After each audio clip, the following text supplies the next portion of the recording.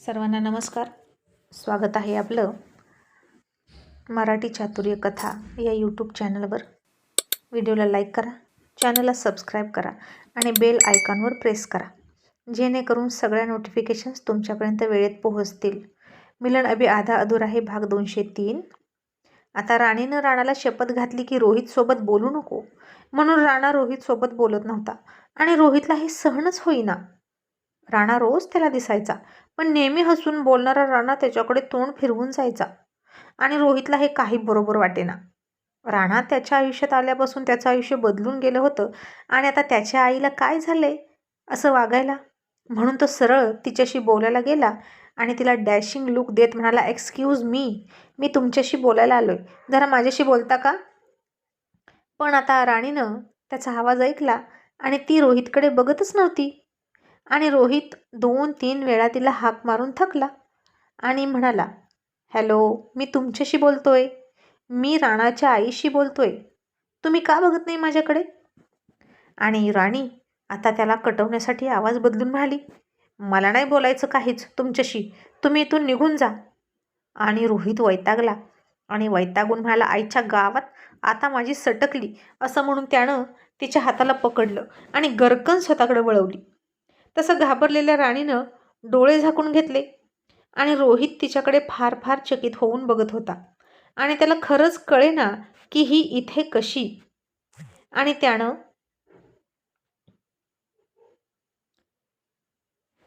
राणीच्या चेहऱ्याकडे एकटक बघायला सुरुवात केली आणि काही क्षण तो सुद्धा चाटच पडला. आता इतक्या वर्षातून ते दोघे पहिल्यांदा एकमेकांना बघत होते असं नाही, या आधीच एकमेकांना बघून झालं होतं, पण समोरासमोर मात्र इतक्या वर्षातून आले होते आणि दोघांच्याही भावना काय असतील बरं, हे शब्दात न सांगितलेलंच बरं. एकमेकांवर जीवापाड प्रेम करणारे, एकमेकांना खूप त्रास देणारे, एकत्र मिळून बाळाची स्वप्न पाहणारे, सुखी संसाराचं स्वप्न एकाच डोळ्यांनी पाहणारे, सारखं टॉम अँड जेरी सारखी भांडणारे, पण तरीही कितीही भांडलो तरी एकमेकांना सोडायचं नाही असं सारखं सारखं वचन देणारे रोहित आणि राणी. नशिबानं त्यांना वेगळं केलं आणि ते एखाद्या पर्वतातून 2 नद्या वाहत वाहत येतात आणि पुन्हा त्यांचे प्रवाह वेगळे होतात आणि पुन्हा त्या दोन्ही नद्या कुठेतरी पुढे जाऊन एकत्र येऊन त्यांचा संगम व्हावा असं आत्ता एकत्र आले होते. आणि रोहितला आता काय बोलावं ते कळेना. आत्ताही तो तिच्या चेहऱ्याकडे तसाच अविश्वासानं बघत होता. वरती केस टांगलेली, केसांच्या बटा काहीशा पुढे आलेल्या, दोन्ही हाताच्या मुठी आवळून तिने तिचा ड्रेस मांडीजवळ पकडून ठेवला होता आणि पायांची बोटं सतत सतत जमिनीवर घट्ट पकडत होती आणि घाबरून तिचा श्वास खाली वर होत होता आणि डोळे गच्च मिटलेले. आणि राणी अशा अवतारात त्याच्यासमोर होती आणि या गेल्या 7 वर्षात तिच्यात खूप बदल झाला आहे असं त्याला वाटलं. तेव्हा कशी होती, कोवळी कोवळी, पण आता एक प्रौढपण आलं होतं तिच्या चेहऱ्यावर.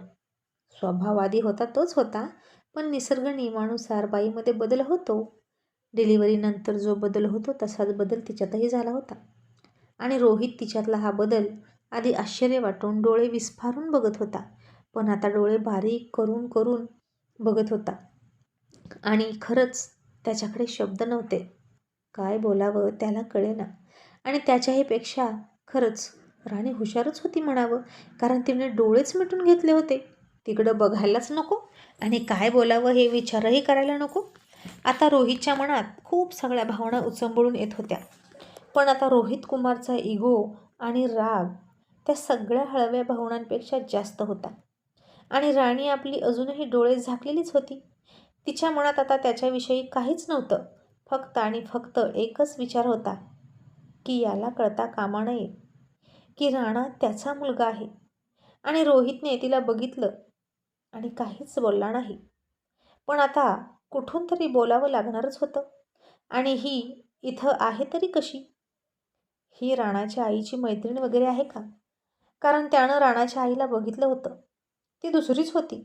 म्हणजेच अनुष्काला तो राणाची आई समजला होता तर. आणि ही इथे राहते की काय आमच्याच डोक्याच्या वर? नसेल, तसं काहीच नसेल, कारण जर ही इथे राहत असती तर मला दिसलं असतं कधीतरी. नक्कीच ती राणाच्या आईची मैत्रीण वगैरे असावी असं त्याला वाटलं. आणि त्या खोलीत आता असह्य होणारी शांतता पसरली होती. राणीला मात्र फार अवघडल्यासारखं झालं होतं. आत्ताचा हा एवढा क्षण पटकन स्किप व्हावा असं राणीला वाटायचं आणि रोहितने इथून निघून जावं. आणि रोहित तिच्याकडे बघायचं टाळून त्या असह्य अशा शांततेचा भंग करत म्हणाला, राणा, मला तुझ्या आईशी बोलायचं आहे. त्यांना बोलवतोस का?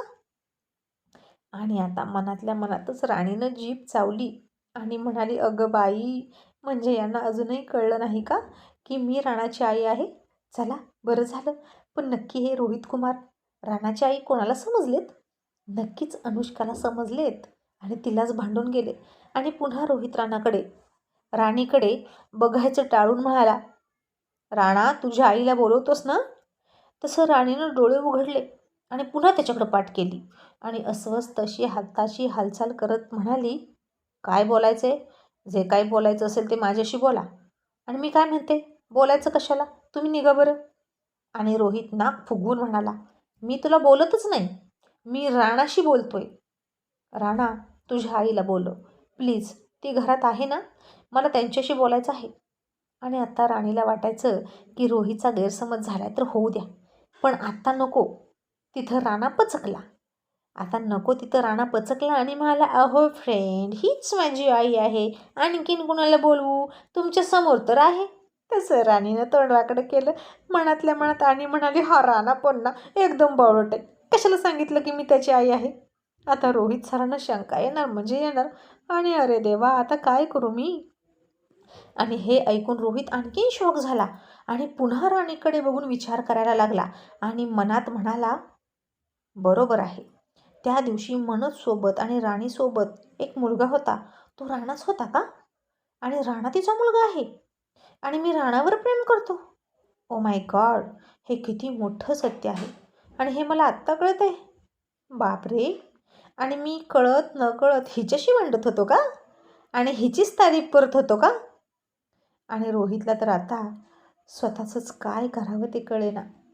एकीकडे तो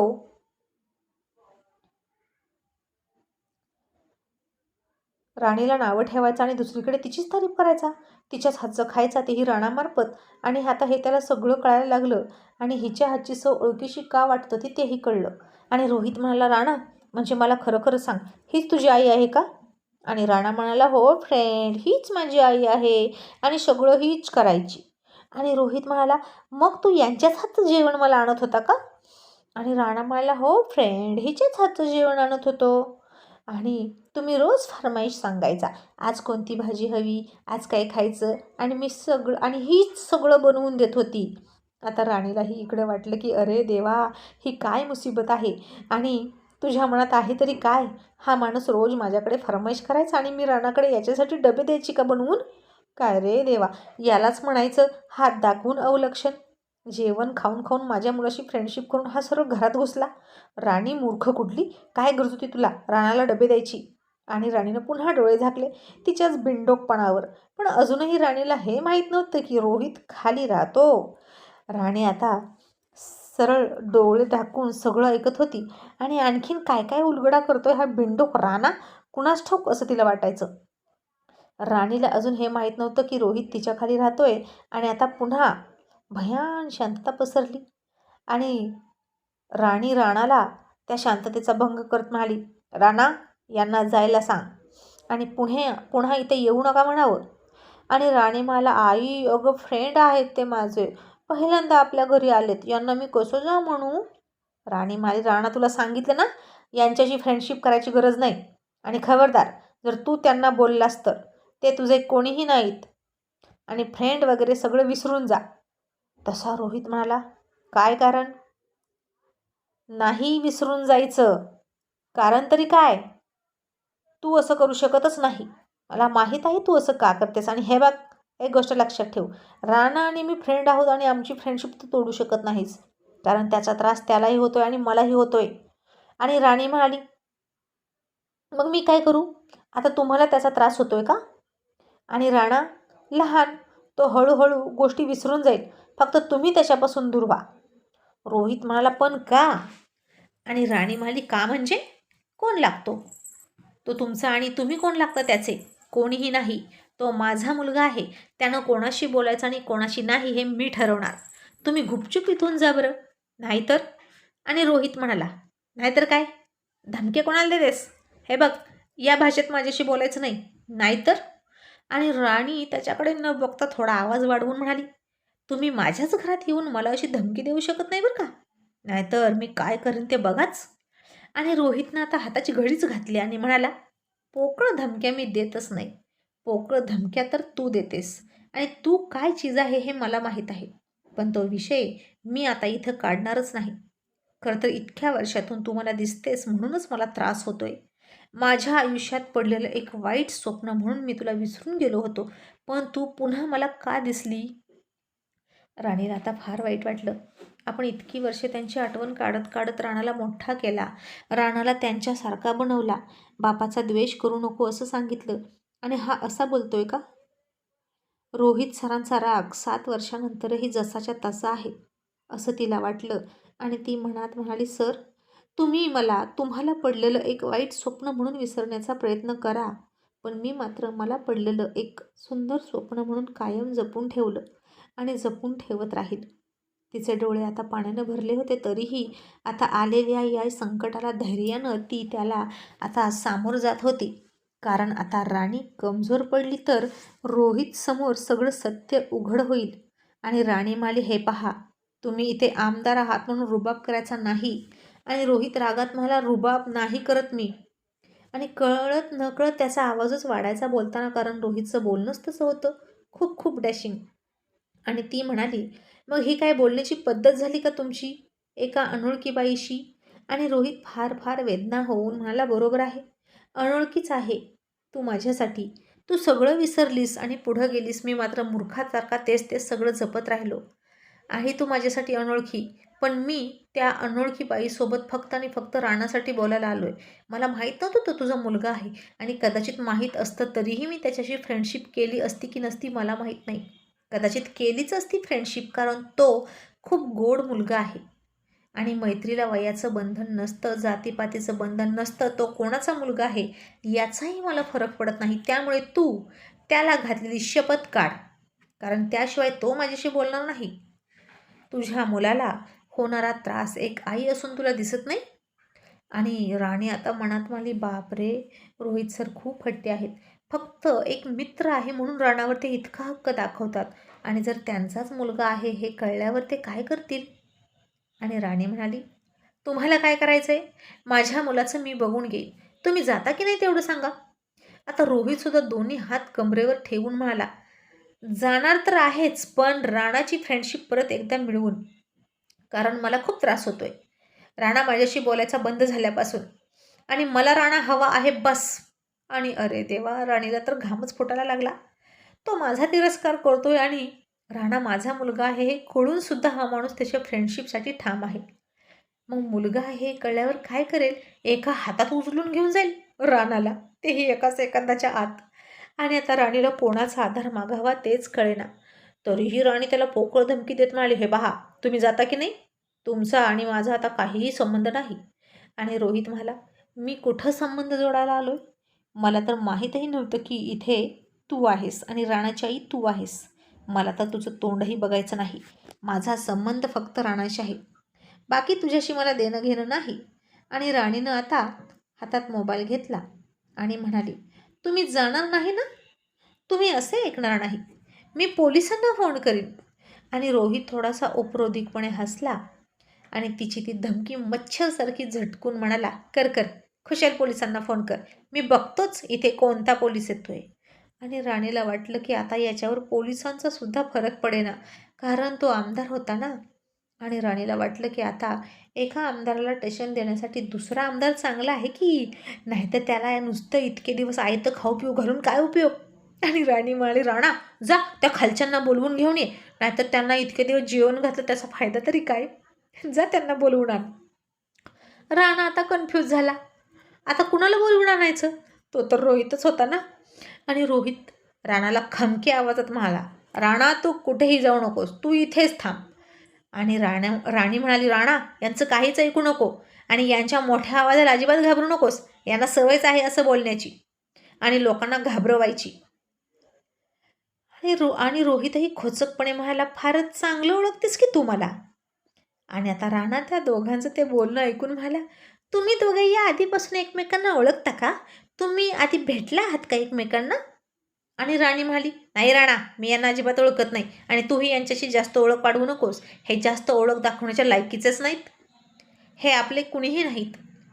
तसा रोहित आणखीनच चिडला आणि म्हणाला, तू माझी लायकी काढतेस का? आधी तू स्वतः कोण आहेस ते बघितलंस का? आणि राणी लगेच म्हणाली, हे पहा, ते काहीही असू द्या, या सगळ्या जुन्या गोष्टी आहेत. तुम्ही जा बरं इथून. राणा तू जा ना, घेऊन येत त्या खालच्यांना, ते पण आमदार आहेत. आणि आता राणा म्हणणार होता की अगं आई, हेच खालचे आहेत. तसं रोहितनं राणाला गप्प केला आणि म्हणाला, राणा शांत हो, तू काहीच बोलू नको. तसा राणा पुन्हा गप्प बसला. आणि राणी म्हणाली, तुम्ही माझ्या मुलाला असा दम देऊ शकत नाही. त्याच्या स्कूलमध्ये जाऊन त्याला त्रास देता, त्याला गोडगोड बोलून खाऊ देता, गिफ्ट देता, म्हणजे नक्कीच त्याला किडनॅप करणार आहात तुम्ही. हे पहा, तुम्ही असं समजू नका की मी एकटी आहे. आणि रोहित लगेच म्हणाला, हो तू एकटी नाही, तू तर खूप पोहोचलेली आहे. हे तर तू मला सांगितलं आहेसच याआधी. आणि मी तुला आत्ता नाही तर फार वर्षापासून ओळखतोय. आणि तरीच म्हटलं, असले डायलॉग आणि असली भाषा ओळखीची का वाटते? आणि इतकी वाद घालणारी बाई दुसरी कोणी असू शकतच नाही. आणि राणी म्हणाली, म्हणजे? हे पहा, मी कधी घातला तुमच्याशी वाद? तुम्ही आणि मी फक्त आत्ता भेटतोय. मी तुम्हाला जास्त ओळखत नाही आणि तुम्ही निघा इथून बरं. असं म्हणून राणी त्याला घालवण्याची घाई करत होती. कारण आता राणा माझा मुलगा आहे हे त्याला कळलं तर कळू दे, पण राणा त्याचाही मुलगा आहे हे त्याला कळूच नये. नाहीतर तो हक्क दाखवेल त्याची कष्टळी मिळवण्यासाठी. कारण राणा इतका आहेच गोड की रोहित त्याला सोडणारच नव्हता. आणि रोहित म्हणाला, एक मिनिट, काय घाई आहे मला हकलण्याची? तुझा तो यायचा आहे का इथं?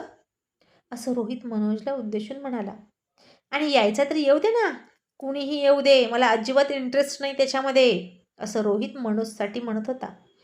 पण मी राणाशी फ्रेंडशिप केल्याशिवाय इथून जाणार नाही. बाकी मला तुझ्याशी आणि त्याच्याशी काहीही देणं घेणं नाही, असा रोहित जबरदस्ती पुन्हा एकदा राणीच्या आयुष्यात घुसत म्हणाला. आणि राणी म्हणाली, तुम्हाला किती सवय आहे हो दुसऱ्यांच्या आयुष्यात जबरदस्ती घुसण्याची? आणि रोहित तिच्याकडे बघून तुच्छतेनं म्हणाला, म्हणूनच बदला घेतलास ना तू?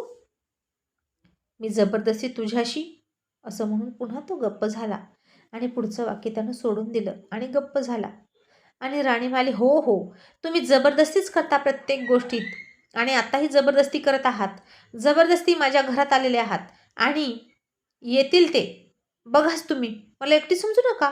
राणा तुला सांगितलं ना, जा बाळा त्या खालच्यांना बोलवून आण, नाहीतर इतके दिवस खाऊ पिऊ घालून उपयोग नव्हता, असं राणी सारखं सारखं म्हणायची. आणि आता राणा म्हणाला, अगं आई, ते खालचे हेच आहेत, आता दुसरं कोणाला बोलवून आणू? आणि राणी प्रचंड प्रचंड शॉक झाली आणि म्हणाली, काय, ते हे आहेत? अरे देवा, अयो रामा, आता काय करायचं? आणि राणाला रोहित सुद्धा म्हणाला, राणा बेटा, खरंच का रे, ही तुझीच आई आहे का? मग मी जिला 2 वेळा भेटलो ती कोण होती? आणि राणा म्हणाला, ती अनुष्का काकी होती. आणि फ्रेंड, तुम्ही रॉंग लोकांना बोललात. आणि आता रोहितचंही डोकं चक्रावलं आणि राणी लगेच म्हणाली, राणा फक्त आताच नाही, यांना नेहमीच रॉंग समजत करून घेऊन राईट लोकांना रॉंग बोलण्याची सवय आहे. आणि रोहित चिडून म्हणाला, मी रॉंग आहे का? मी रॉंग आहे का? रॉंग तू आहेस. तू काय काय केलंस आणि कुणाकुणाचे आयुष्य उद्ध्वस्त केले हे जरा नीट विचारून बघ तुझ्या मनाला. आणि राणा, हिच्यासोबतच माझं भांडण व्हायचं का? हिनेच माझ्या अंगावर कचरा टाकला होता का? आणि ते सगळे रंग वगैरे, म्हणजे ते सगळं हिनं केलं होतं आणि माझ्या नोकराला हीच भांडायची का? माय गॉड, तरी वाटलंच मला हे सगळे मूर्खासारखे प्रकार ओळखीचे का वाटतात. आणि राणीसुद्धा बहादरीन म्हणाली, आणि माझी साडी यांनीच पकडली होती का? दुसरी साडी यांनीच कापली होती का? आणि मी राणावर चांगलेच संस्कार केले नाहीत असं कोण म्हणालं? आणि आत्ता कशाला पाहिजे राणाची फ्रेंडशिप? त्याच राणाची फ्रेंडशिप मागताय का? आणि मी यांनाच खाऊ घालत होते का? यांची प्रत्येक फरमाईश पूर्ण करून रोज डबे यांच्यासाठी देत होते? बापरे, राणा, अरे तू सांगायचं ना एकदा तरी. आता ते दोघेही असेच असंबद्ध बोलत होते. कशाचा कशाला ताळ मिळला होता, लिंक लागत नव्हती. राणा कन्फ्यूज झाला होता आणि त्या दोघांची ती मजेदार अवस्था बघितली आणि राणा मधल्यामध्ये हसायला लागला पुन्हा खुळखुळा वाजल्यासारखा आणि म्हणाला, आत्ता मला काय माहीत तुम्ही दोघे एकमेकांना ओळखता. आणि तसंही मला वाटलं की वरचा पक्ष आणि खालचा पक्ष समजुता झालाय म्हणून तुम्ही एकमेकांना असं अंडरस्टँडिंग करून घेताय. आणि राणी चिडून म्हणाली, डोंबलाचा समजोता? काय गरज नाही यांच्याशी समजोता करायची. आपल्याला यांच्याशी संबंध ठेवायचाच नाही. राणा, माझी शपथ, मी अजून खोललेली नाही, लक्षात ठेव.